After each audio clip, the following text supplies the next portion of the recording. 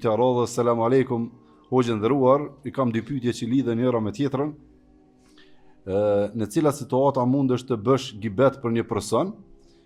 Pyetja e dytë lidhet me të parën, se do vllazni po thonë, nëse je të shpjegu në një rast për një gabim të një muslimanit që ka bërë me emër dhe mbi emër nuk është gibet. A ka alo? Jo, kuri. Aleikum assalam wa rahmatullahi wa barakatuh. Ja përmeni vetëm në gjallën e Imam Bukhariut. Allah subhanahu wa taala pas më shëru.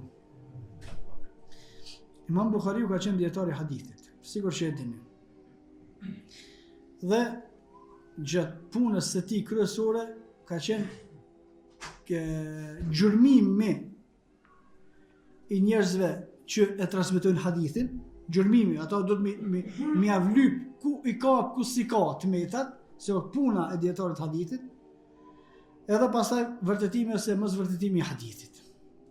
Gjatë gjurmimit djetari e gjenë se filoni që përmene transmetuesi i hadithit është rrens, për shembull, ose kon hajn, ose ka bo këta, ose ka bo këta. Thot Imam Bukhariu, në shumicën e rasteve nuk e kom përmen të metën e atij që e kom gjetë, duke pas frikë se po hien gibet, mjafton që ju kallzoj mos e merr një hadithin për tij se s'bën. Është e qartë? Imam Bukhariu në studim gjurmim me sipër, ka pa që filoni është u konë rrens. Edhe këtu e shkruar hadithin, me thonë që ky hadith është i dobët, për shkak se në çit hadith është Ebu Muhammed, e Muhammedi është rrens, këto se ka përmend hiç. Veç që ka thonë, këtë hadith është Ebu Muhammed për shembull, po them se është ky personi, dhe ky është person për i cili nuk mirët hadithe. Çka fol më shumë? I ka thonë pse s'ki fol më shumë, ka thonë se turna që pihin hak njerit, se unë kam për detyrë me vërtetuar klasifikuar hadithin, se kam për detyrë me kallzuar ku ka rrejtë ky ka vjedh në herë me një vend, ku ka bërë diçka. Por shto themi nëse je bash çaq i devotshëm se ço po do mi rujt musliman pi sherrit njonit, atëre ti dikon se Imam Bukhariu ka ke i devotshëm, mundësisht mos ja përmend çati muslimani që në ka të keqe. Veç përmene çështjen me të cilën do të më urujt. Kjo është çështja e parë. Çështja e dytë. Nëse duhet me i sqarua çështjet, duhet me i sqarua njerëzit të cilët janë përgjegjës për xhamatin.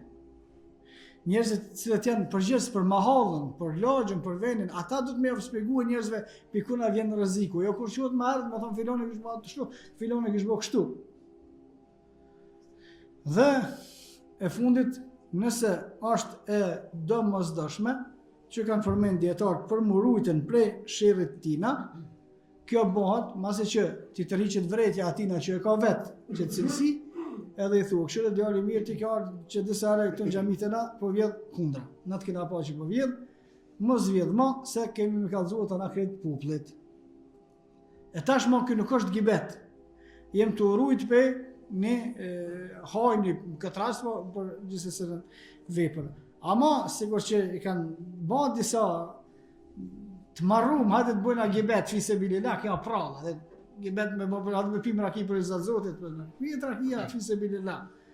Nuk bëhet gibet i fi se bilillah. Kofsha e kategorisë që i mbronë muslimanët, ti i mbronë pa thonë që ashtu heq, se e din muslimanët kur të folë shti, edhe e din çka folë, edhe e din kur të heq vërejtjen, pa e përmend emrin kërkuna, e din se çka do të thonë, themi se edhe nëse jena të dashur me i rujt musliman, nuk do të me i përmend njerëzit me emra, derisa kanë përmend dietarët, e keqja e atina të bëhet shumë e madhe, për të cilës pastaj dietarët, njerëzit që kanë më shumë dituri, ju tërheqin veten, sa ata përshatan çatu, vallahu a'lam.